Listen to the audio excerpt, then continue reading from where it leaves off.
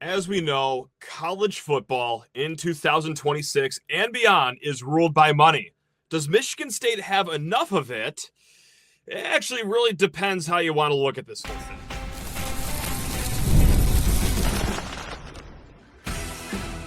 You are Locked On Spartans, your daily podcast on the Michigan State Spartans, part of the Locked On Podcast Network, your team every day.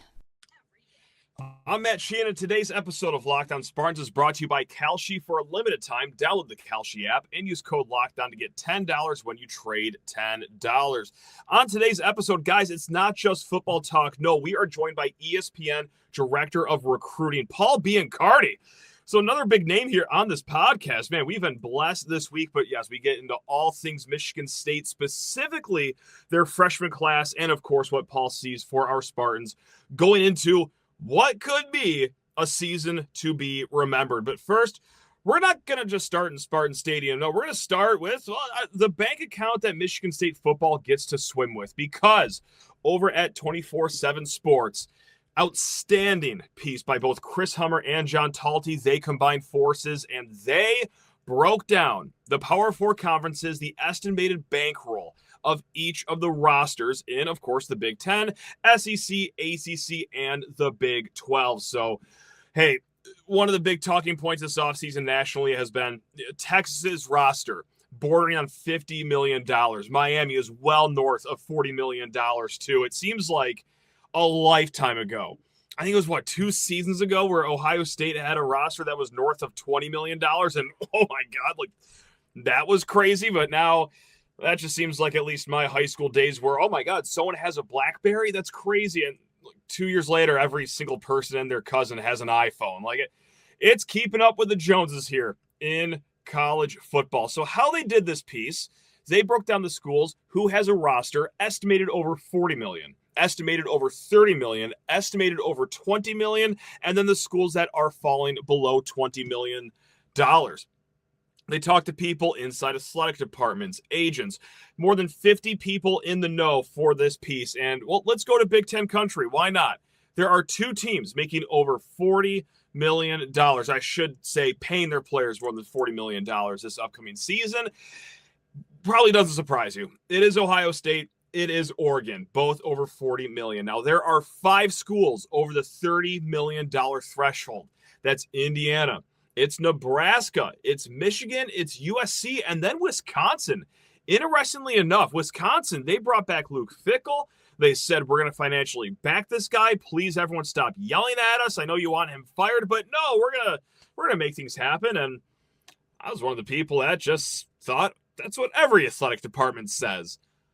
Boy, howdy. They are actually walking that walk and not just talking the talk. So good on the Badgers. Now, here is where a good crop of Big Ten teams fall. The over $20 million, but not just $30 million. And you're gonna recognize a name here.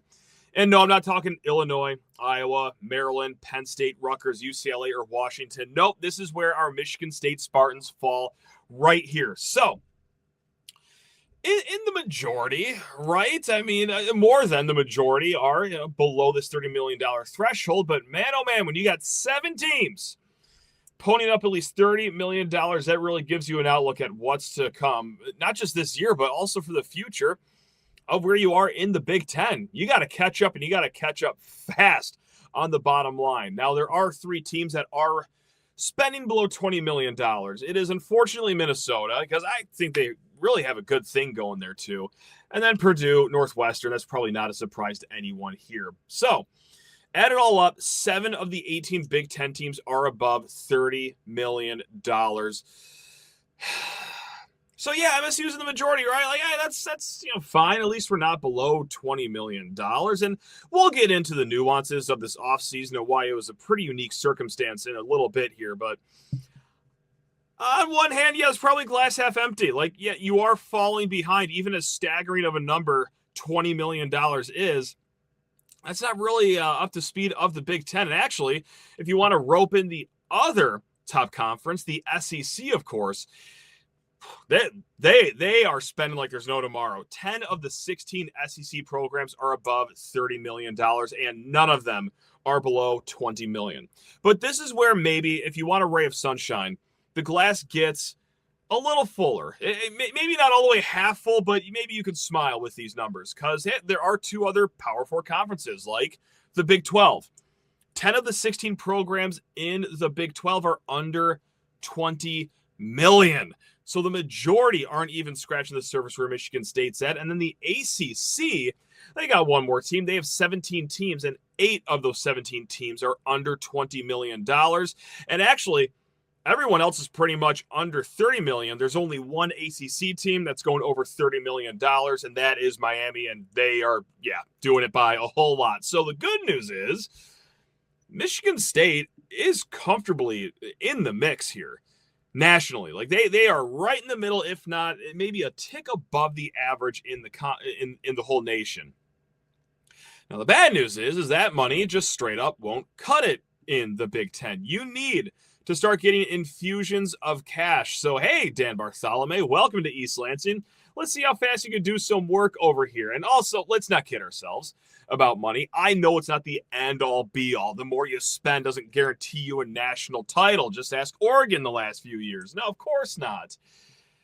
But also, let's not kid ourselves on this front either. It does raise your floor. It builds your depth. It certainly aids your team. So this year was unique for Michigan State. I don't know if you guys were in a coma the last few months, but yeah, we underwent a coaching change, and with that comes a lot of roster turnover. A lot of guys leave, which means that you need not just to keep your recruiting class somewhat intact as you are changing coaches, 3 days ahead of signing day, but you're bringing in a 30-person portal class. That is difficult on its own. It's hard to get real impact guys when you are just between that $20 to $30 million range. All right. When you go to the grocery store and you have a $100 bill in your pocket, but you look down and you got 40 things that you need to buy. You got to make cuts around some places. So look, not to make excuses for the team going into 2026. That's just fact of the matter. Like that's how we got to where we are right now. And yeah, I don't really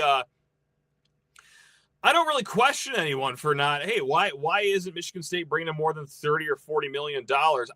Based on the last few seasons, how things have been going around here, even outside the athletic department, yeah, I can see why maybe drawing some donations in hasn't been the easiest task necessarily, but this is what Pat Fitzgerald is here to do, right? Dan Bartholomew, this is what he's here to do. So what will help? What will be our guiding light moving forward here? You're not going to have off seasons where you're bringing in upwards of 50 kids, right? Duh. At least I hope that's not the case moving forward here. But you need to build the bedrock of your roster with high school recruiting. I think they did a decent enough job of that in the last cycle, keeping that class somewhat intact ahead of signing day. So that way you build depth throughout the years, and then you go into off seasons just needing like 15 kids in the portal. Right? Retention is the way forward here. This is just the way that you're going to build a healthy program, because instead of overpaying for just decent guys in the portal, we'll use that same money to keep your really solid players at bay. Teams are getting a lot better at paying their star players. It's getting harder to find just top-level talent that wants to go from Power 4 school to Power 4 school in an offseason. So, yes, it is by way of recruiting, and, of course, the most obvious way that Michigan State gets out of this hole, winning. Just winning some games, because yes, we do have a fan base that does like to spend money. I mean, there are some pretty wealthy donors, generous donors in this fan base here, and also just even not the millionaires. This is a massive alumni base too. We are begging just for the slightest reason to get excited. So yes, winning. You don't have to overpay for, of course, people in the transfer portal. You don't have to overpay for recruits. I mean, God, imagine this offseason. You wanted a top-flight edge rusher. Everyone does. Michigan State, they say, hey, we'd love to offer you $1 million, and then, they come back and say, Ohio State's offering the same thing. What else you got for us? You would have to grossly overpay a guy so much to come to a place that, let's be honest, hasn't been winning recently. And also really hasn't been turning players into NFL draft picks. So, yeah, our guy Zach Blackerby over at Locked On Auburn, he calls it the suck tax. MSU would have to be paying hand over foot in the suck tax if they wanted to get some of these players. So, hey, winning means that you don't have to overpay. You don't have to pay the suck tax. And you're also driving in donor money, of course, guys. So, hey, before we get to our next great conversation, this one was an awesome guest, Paul Biancardi of ESPN. We talk all things MSU basketball. I do want to talk one more financial thing, and this comes from a wonderful listener. His name is David, and he is running the New York Marathon, and not just for himself, but for St. Jude's Hospital. He has a goal. $4,000 raised before race day on November 1st, and he's getting pretty close there, guys. So, hey, Spartans, if you want to join us in helping out our guy David, help him reach that $4,000 goal. Heck, don't threaten us with a good time. Have him go beyond, because it's for a great organization, St. Jude's Children's Hospital. So just wanted to shout that out before talking your ears off about Kalshi, guys. Yes, that's right. Our good friends over at Kalshi, they know that everyone is making predictions. Who's winning their divisions in the pro football leagues? Who's going to be winning conferences in college? Guys, who's lifting the trophy at the season's end? They know that there's so much to predict. And, well, on America's +1 prediction platform, of course, you're talking Kalshi, you can trade those predictions in a live market. Like, for example, let's say you're feeling hot about our Spartans. 5+ wins in the regular season. Right now, 44% chances what they're giving over at Kalshi, meaning that you want to put $10 towards that. That's going to have a payout of $21.39 at the time of recording here, guys. So on Kalshi, you're trading against peers in a live market, meaning there's no house, and as probability changes, you can buy in and out of your position. Trade the draft pick, the game, and more on Kalshi. Download the Kalshi app and use code LOCKEDON to get $10 when you trade $10. That's KALSHI. Kalshi. Trade on anything. 18+ only. Restrictions and eligibility requirements apply. Event contract trading involves risk and may not be suitable for all investors. Kalshi products are not available in all jurisdictions. Prices, values, and available markets may differ from those mentioned. For more information, see kalshi.com/regulatory. This one is a big one, guys. You already know who he is, but I'll give him the introduction anyway. Why not? It's what we do around here. He is the ESPN National Director of Recruiting. It is the one, the only Paul Biancardi. And, oh, man, cannot wait to talk more about this incoming class that you guys over at ESPN ranked the number 8 class in the nation. So, Paul, I want to start with a superlative question. Of the 4 freshmen coming in, of course, we're talking Josiah Jervis, Ethan Taylor, Carlos Medlock, Julius Avent. Which of these 4 kids has the most Tom Izzo Michigan State player DNA in them? Who are you going to give the award to? Carlos Medlock Jr. because he is a feisty pit bull, just like Tom Izzo. Sure. Right. And I've known Coach Izzo since my coaching days at Boston College, even before Ohio State, when we really put on the gloves, Ohio State, Michigan State. That's right. At Boston College, I was recruiting in Detroit a lot. We had a lot of success, so we went up there. And I got a Tom Izzo story for you on the recruiting trail later. But Carlos Medlock Jr., he improved incrementally over the years, and he really had a breakout senior year. He's tough-minded, and he impacts winning. He's talented, and he's coachable, and he's highly competitive. We also got to start with the headliner, and we'll go more one by one with these guys. But the headliner, of course, Josiah Jervis, number 27 ranked overall kid on ESPN. Now, very recently, Izzo compared him to Gary Harris, of course, a player that played when I was in school there, almost more than a decade ago, unfortunately. But is that fair to put Josiah Jervis and Gary Harris together? Or is that a little too much hype, even for a guy that was a McDonald's All-American? How do you slice this one up? Well, I think what Tom was saying is Jervis reminds him of Harris. Mm-hmm. And when I thought about it, I could see the similarities. Sure. Because Gary was an excellent two-way player. Like, yes, he really guarded the ball, and he was good off the ball guarding. He was always in a good position. And he played with intensity on the defensive end and focus, and that's what you need to do to be successful. And on the offensive end, Gary Harris could shoot it, drive it, get to the free throw line. And that's what Jervis is like. Now, Jervis is not the athlete that Gary Harris is. And I think that's where they're different. But I think their impact on both ends of the floor are very similar. is he the most important freshman going into next season? I might be, just a giveaway. He is the highest rated guy, but do you think that this guy's the linchpin to Michigan State finding success in the freshman class next season? I think so. And again, Carlos Medlock Jr. will be in that mix because it depends what happens with Jeremy Fears if he gets in foul trouble or maybe just having a bad game or needs an extra rest. Medlock Jr. is going to be very, very valuable, not just this upcoming season, but in the future. But I think Jervis is a guy that is not afraid of the big moment. He played at Archbishop Stepinac for Pat Massaroni, an excellent coach who taught Jervis a lot of good lessons. And I think that attracted Coach Izzo and the staff to Jervis. You hear Tom say a lot, he's our kind of guy. Yep, absolutely. And Jervis is that. He's a team guy who's really talented, plays hard on both ends, and he cares about the team and he cares about winning.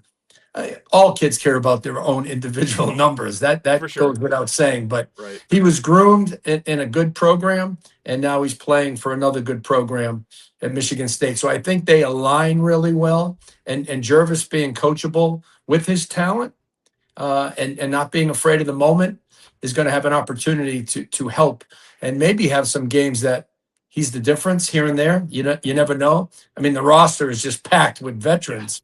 But this kid, Jervis, he's not afraid.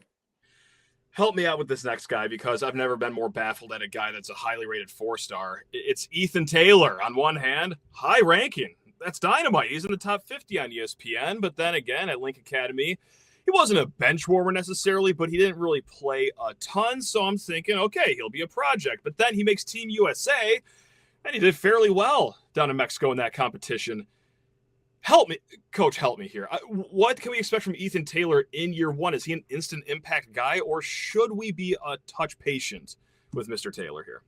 Well, you got to remember, the big guys develop slowly. Yeah, right. There's very few that come in as impact bigs. Mm-hmm. And Ethan Taylor, first of all, he's massive. Yeah. Legit 7 foot in my mind, with a plus wingspan. Mm-hmm. Really good hands. He's still learning how to play with his back to the basket, facing the basket, finishing inside against like size.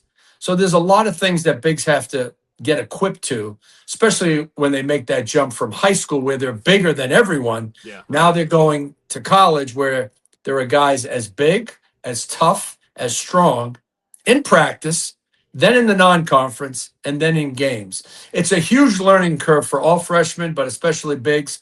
But he's going to come into games, block shots, he'll wall up, which means that you just keep your position, you don't leave your feet, and you make the offensive player score over you. And he's a tough guy to score against. A lot of bigs get in foul trouble early in their career because they leave their feet or they reach too much.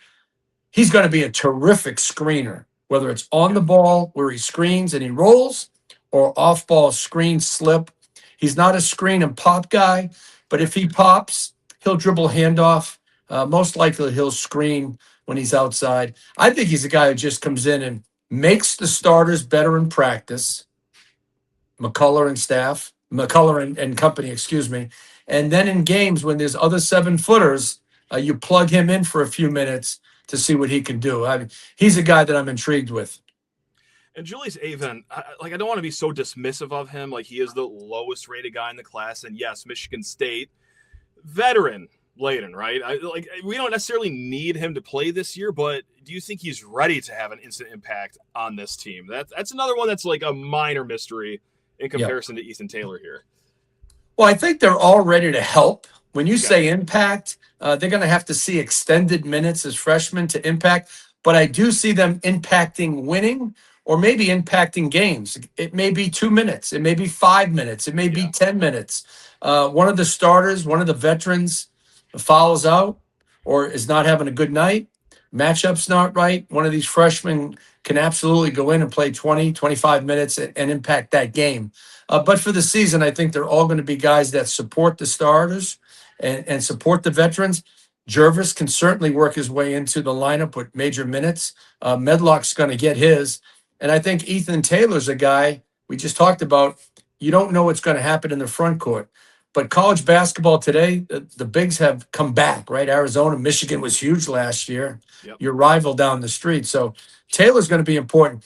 And Julius Avent can shoot it. So anybody who can shoot the ball with size is really going to be valuable. How confident will he be in games this year as a freshman? That's going to be a telltale sign. A tough guy from New Jersey. All these kids are highly competitive, and they've won. Or one of the two, and sometimes both. But these are the type of kids that Tom Izzo wins with: competitiveness and winners. I want to touch on 2027 recruiting just for a hot second here a little bit. I do want to hear about this recruiting story that you teased earlier, but I would be remiss if I didn't ask the question of the offseason for all Spartans. Is this a national title contending roster? Of course, Jeremy Fears is back. We just talked about dynamite freshmen. You have Cohen Carr, but just like Michigan did last year, they had massive size in the front court. Other great teams did too, like Arizona, for example. Do you think they did enough this offseason in the front court to be the ones cutting the nets down? Well, they're deep in the backcourt, as you mentioned. Mm-hmm. Don't forget Kurt Tang, who shot at 38% last year. Let's not forget that young man, because he is a Tom Izzo disciple. Sure. And yes, they lost a lot with Kohler and the other big man, Carson.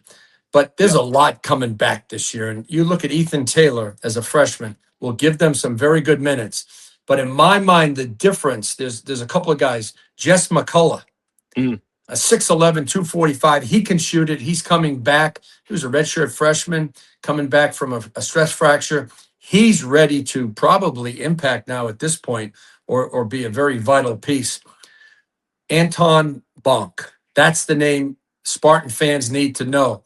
Yep. He played last year at Charlotte. He's a legit 7'2". He's huge. Love it. Yeah. Him and Ethan Taylor together in practice will make each other better. Bonk can really score the ball and rebound the ball. He's got to get in better physical condition. I called one of his games last year at Charlotte, so I had a chance to watch him practice. I saw him in shoot around, and then I watched him against Wichita State, and he was clearly the best big man in the American Conference last year. He's starting to come into his own. We discussed how big men develop slowly. Yep. Boy, the timing couldn't be better for Michigan State and Bonk to make noise in the Big Ten. And he will be a key piece as Michigan State makes a run to the Final Four. I know that brought a smile to a lot of people's faces right now listening and watching. So thank you for that. And I just got to know the recruiting story right now. I mean, I have no idea where this is going to go. This is awesome. I'm going to hear this for the first time as well. So take us away. This is going to be great. Well, it's just typical Tom Izzo. But, when you're coaching against somebody, there's a healthy rivalry. There's a healthy hate, right? Back in the 90s. So I'm wet behind the ears. I'm going to Detroit all the time. And, I'm not going to get who Michigan and Michigan State wants at that time. But we got Howard Isley out of Southwestern, and he played in the backcourt with Jalen Rose. Yeah. And Howard became a 15-year NBA prospect. He played 4 years for us at Boston College, and he led us to the Elite Eight with some other excellent players. So then it was my first or second year on the road, and I really got comfortable up in Detroit. And I would go to all the gyms, St. Cecilia, St. Rita, go to all the PSL games. And you see Coach Izzo there and all the other coaches from Michigan and the Big Ten. Here I am, the East Coast guy from Boston College. Well, back then, you could go to different places and watch guys, YMCAs, open gyms. So there was a prospect by the name of John Garcavaglia, I believe. That was his last name back in the 90s. Big 6'8", 6'9", lefty out of St. Thomas Aquinas. Okay. So I was told that he's going to be at this playground. And I'm like, great. I'm going to show up to the playground. I'm going to sit on the bench. You couldn't talk to them back then, but just by being there, your presence was known. For sure. So I'm sitting on a park bench, and he's shooting around. And I'm like, this is perfect. We're going to get this kid. We're making inroads. I'm the only guy here. I turn over my shoulder. A car pulls up. And out of the passenger seat was Tom Izzo. I was so pissed. Yeah, that's a bad beat. And then he comes down, he sits next to you. Of course, he makes you feel like you're his best friend. And I'm like, They really want him. We're probably not going to get him. He went to Michigan State. Yeah, shoot. I was going to ask, does he act like you don't even exist? But no, okay, he's buddy-buddy with you when he pulls up to the playground. That's good. That's Yeah, that's nice. Tom has so many outstanding qualities as a person and as certainly a Hall of Fame coach. But the one thing I really admire about him, especially today, is the business of basketball has changed. We all know that. Certainly. Yeah. But he has not changed his standards, his values, the way he identifies, evaluates, and recruits, the way he coaches. I mean, he's adapted not only to the game, but he's adapted to the business side of it. But just because the business side has changed, it hasn't changed Tom Izzo. I admire that so much about him. I know a lot of other coaches, parents and players do, NBA people as well. So, but that was a good story. You can tell it still bothers me that we lost the kid. Paul, this has been an awesome chat. I cannot thank you enough for hopping on. I'm already looking forward to the season. And before we know it, my goodness gracious, the Champions Classic tipping off right on ESPN. It'll feel like a few weeks at this point. But anything you want to leave us with before we let you go and enjoy whatever's left of the basketball offseason right now? No, Michigan State's non-conference schedule, as we know, Coach Izzo always puts together a powerful lineup. That game against Duke, the Champions Classic, Caleb Foster, one of the top returning guards in the country against Jeremy Fears, the stud battle-tested Spartan, number 2 recruiting class for Duke. Yeah. And remember this name, Joachim Boumche. I scouted him in Italy 3 months ago. Legit 7-footer, only 17. He could be the most talented player in the Champions Classic. Michigan State and Duke, always a great matchup. Yeah. He matched up against Tennessee and Rick Barnes. He's going to play that game. Arkansas, the number 1 recruiting class in the country. Michigan State's going to play against them. Yeah. What a non-conference schedule for the Spartans. It will test them, but it will not tell you who they are, but it will get them ready for that magical time at the end of March. It'll be fun. It'll be fun. Just like this chat. Paul, I cannot thank you enough for hopping on. And also the viewers, the listeners, cannot thank you all enough for tuning in. And guys, we will be back because we're doing it 5 days a week right here, Locked On Spartans. But until next time, take care of yourselves. Love you all and go green.